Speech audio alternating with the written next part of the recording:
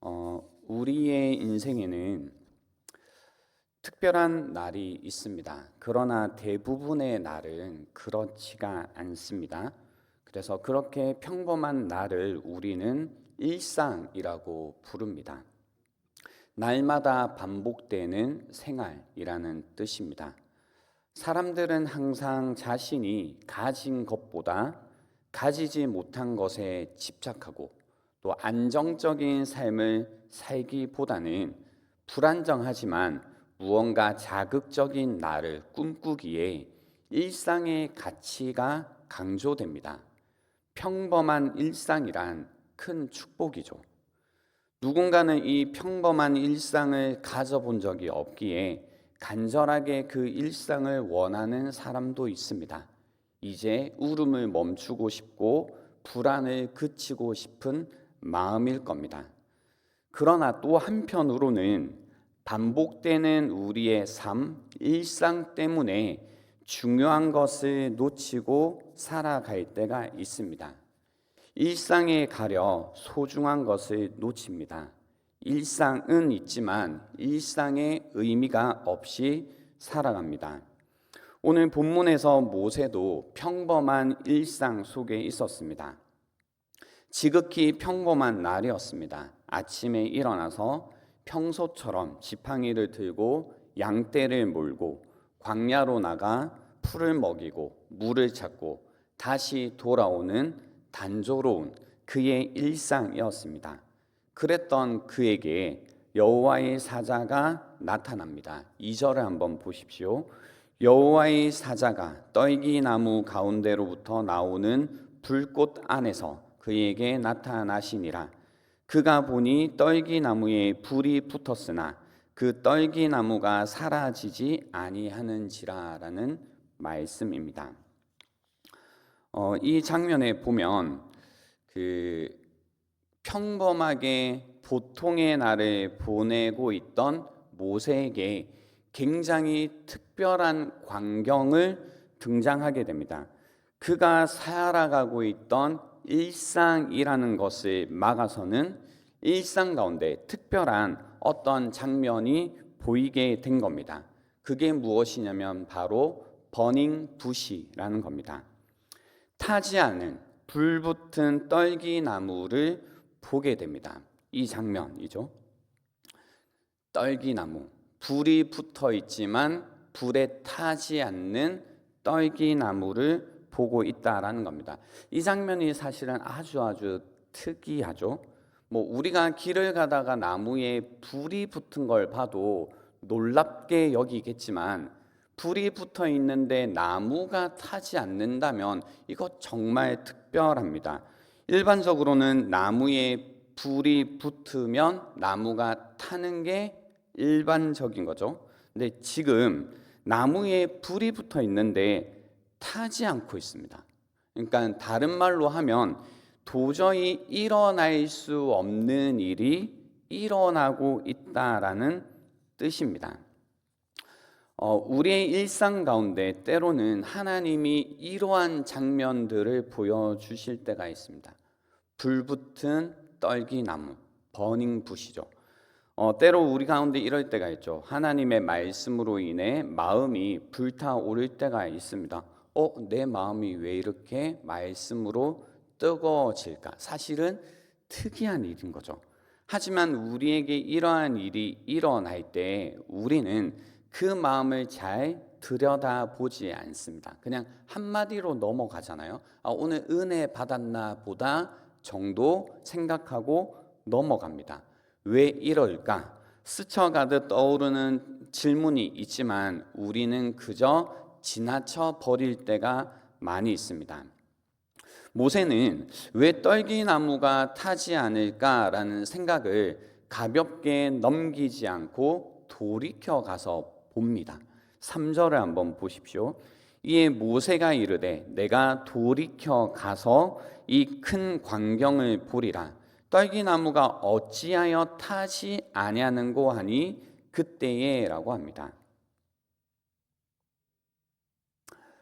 버닝 부시, 불타는 무언가가 있습니다. 근데 이제 불이 타야 되는데 타지 않는 이 광경을 본 것은 이런 거죠. 자기가 알고 있는 현실이 있습니다. 나무에 불이 붙으면 나무는 타야 된다. 근데 자기가 알고 있던 현실과 다른 현실을 보고 있는 겁니다.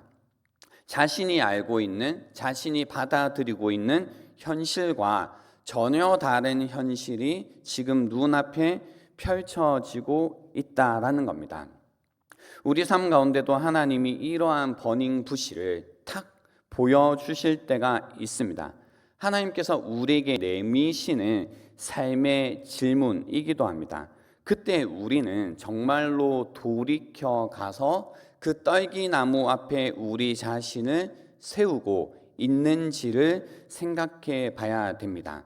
타지 않는 불타는 떨기나무. 지금까지 우리가 알고 있던 현실과 모순되는 일이 일어나는 것이고, 내 삶의 패러다임이 깨어지는 일, 절대 일어날 수 없는 일이 일어나는 사건들입니다. 그때 우리는 돌이켜 가서 봐야 됩니다. 이 떨기나무는 모세를 향하신 하나님의 부르심이었기 때문입니다. 4절을 한번 보십시오. 여호와께서 그가 보려고 돌이켜 오는 것을 보신지라. 하나님이 떨기나무 가운데서 그를 불러 이르시되 모세야 모세야 하심이 그가 이르되 내가 여기 있나이다 라고 이야기합니다. 우리도 마찬가지입니다. 어제와 다르지 않은 하루, 그리고 특별하지 않은 인생의 자리, 그곳에서 하나님은 우리를 부르실 수 있습니다. 오늘은 바로 우리를 그렇게 부르시는 하나님 앞에 우리의 신을 벗고 서보는 시간이 되기를 바랍니다. 떨기나무라는 것은 메마른 광야에서 자라는 나무라기보다는 가시 덤불입니다. 해가 내리쬐는 황량한 광야 바람 속에서 잔뜩 웅크리고 살아가고 있는 낮고 왜소한 식물입니다. 보잘것 없습니다. 그래서 누구의 시선도 끌지 못하는 것입니다. 그런데 그 떨기나무에 불이 붙어 있는 거죠. 누구의 시선도 끌지 않는, 그냥 왜소하고 그냥 지나쳐도 지나친지도 모를 정도의 존재지만 그 떨기나무에 지금 불이 붙어 있는 겁니다. 그러나 타지는 않고 있습니다. 이 장면이 바로 하나님께서 우리에게 주시는 메시지라는 겁니다. 모세는 그 떨기나무와 같았습니다. 모세의 인생 가운데 40세까지는 승승장구했죠. 그러나 모세는 한순간에 나락으로 떨어졌습니다. 왕궁에서 쫓겨나 광야에서 살아가는 실패자와 같았습니다. 우리 삶에도 이럴 때가 있죠. 모든 것이 다 잘 되어 간다라는 생각이 들 때가 있는데 갑자기 광야로 내몰릴 때가 있습니다. 내 삶이 축소되고 내 삶이 한쪽으로 그저 치워진 느낌이 들 때가 있습니다. 그러나 우리는 이런 자리에 오게 되면 배우는 것이 있습니다. 두 가지를 배우게 됩니다. 첫 번째는 내가 누구인가를 배우게 됩니다. 내가 어떤 자인가, 내가 누구인가를 배우게 되고, 두 번째는 하나님은 누구이신가를 배우게 됩니다. 내가 누구인가, 하나님은 누구이신가.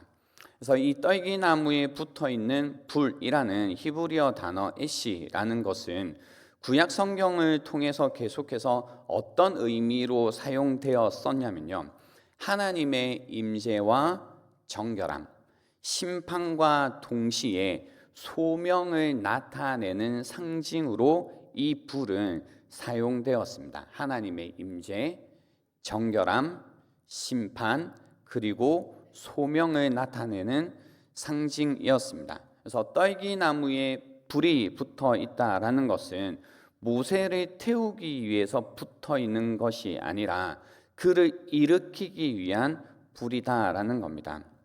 그래서 모세는 그 불을 보고 가까이 다가갔습니다. 그때 하나님께서 5절에 보시면 이렇게 말씀하신 거죠. 모세야 모세야 내가 선 곳은 거룩한 땅이니 내 발에서 신을 벗으라라고 말씀해 주셨습니다. 광야 한복판, 아무것도 없는 그곳이 하나님은 거룩한 땅이라고 말씀하십니다. 이 말씀은 우리에게 하나님의 임재의 본질을 가르쳐 줍니다. 장소가 중요한 게 아니라 하나님의 임재가 있는 곳이 곧 거룩한 곳이다라는 겁니다. 그리고 그 거룩한 곳 가운데 하나님께서 요구하시는 게 있습니다. 내 발에서 신을 벗으라라고 말씀하십니다. 하나님께 예를 갖추라 라는 의미 이상입니다. 그것은 신을 벗는다라는 것은 무언가를 벗어내고 버린다라는 뜻을 가지고 있습니다. 벗어내고 버린다.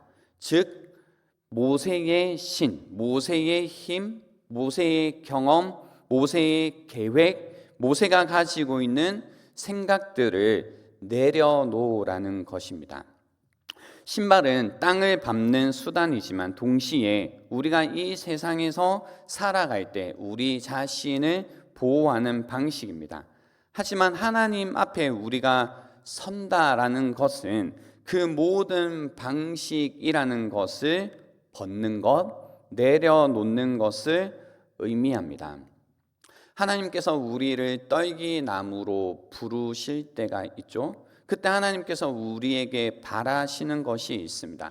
우리가 지금까지 살아오면서 가지고 있던 삶의 여러 가지 노하우가 있을 수도 있고 나의 생각이 있을 수도 있고 나만의 어떤 깨달은 삶의 이치가 있을 수도 있습니다.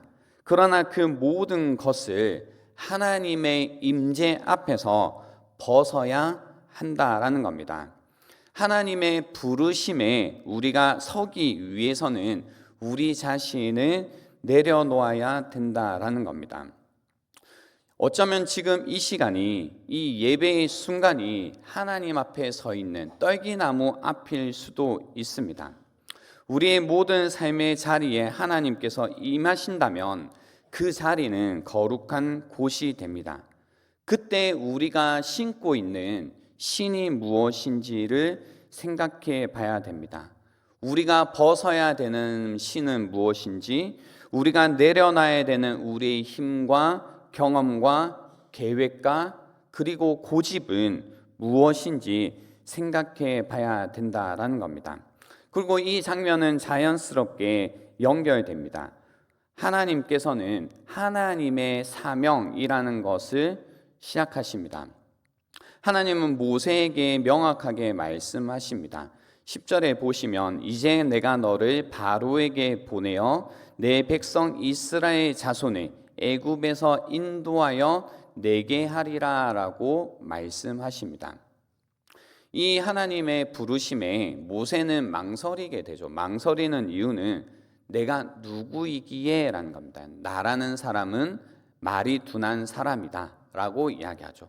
말씀드린 것처럼 이런 장면에서 깨닫게 되는 게 있습니다. 뭐냐면 내가 누구인가를 알게 되는 거죠. 나의 연약함도 알게 되고 나의 부족함도 알게 되고 나의 어떤 죄됨도 알게 됩니다.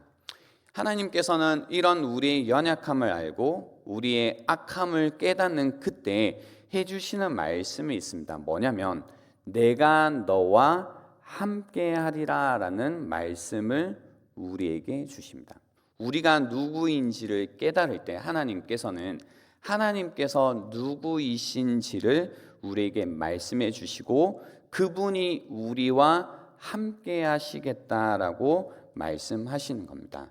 하나님은 능력 있는 자를 부르시는 것이 아니라 하나님께서 부르신 자에게 능력을 주시는 분이다라는 겁니다.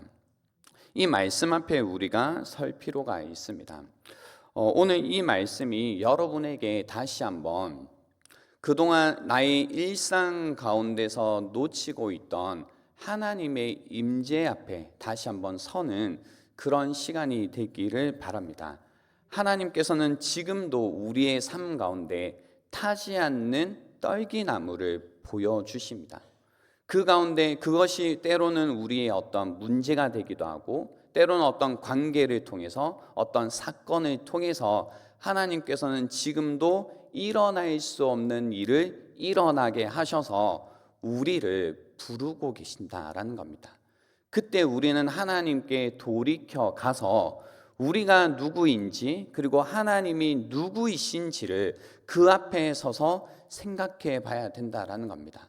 그리고 하나님께서 임재하시는 그 자리 안에서 우리는 우리의 신을 벗어야 된다라는 겁니다. 나의 가지고 있는 생각들도, 고집들도, 아집들도 내려놓을 때, 그때 하나님의 계획이, 하나님의 뜻이 우리 삶 가운데 시작하게 될 거다라는 겁니다.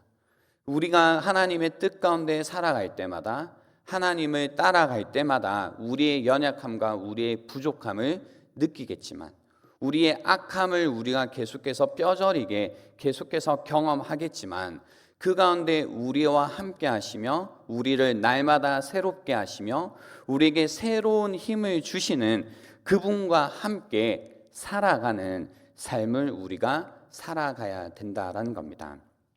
이제 곧 있으면 새생명 축제가 열리게 됩니다. 저는 우리 모두가, 그리고 우리 교회가 하나님께서 세상에 보이시는 이러한 버닝 부시가 되기를 바랍니다. 도저히 일어날 수 없는 일이 일어나는 그런 우리 교회가 되기를 바랍니다. 우리의 교회를 볼 때, 그리고 여러분의 삶을 볼 때에 우리 주변에 있는 우리의 가족들이, 우리의 지인들이 다시 한번 그 흘러가고 있던, 의미 없이 흘러가고 있던 일상 속에서 하나님을 만나는 그런 시간이 되기를 바랍니다. 그 하나님을 만날 때 우리가 죄인됨을 깨닫고 우리를 구원하시는, 우리와 함께 하시는 그 구원자 되시는 하나님을 만나는 그런 새 생명 축제가 되기를 주님의 이름으로 부탁드리겠습니다.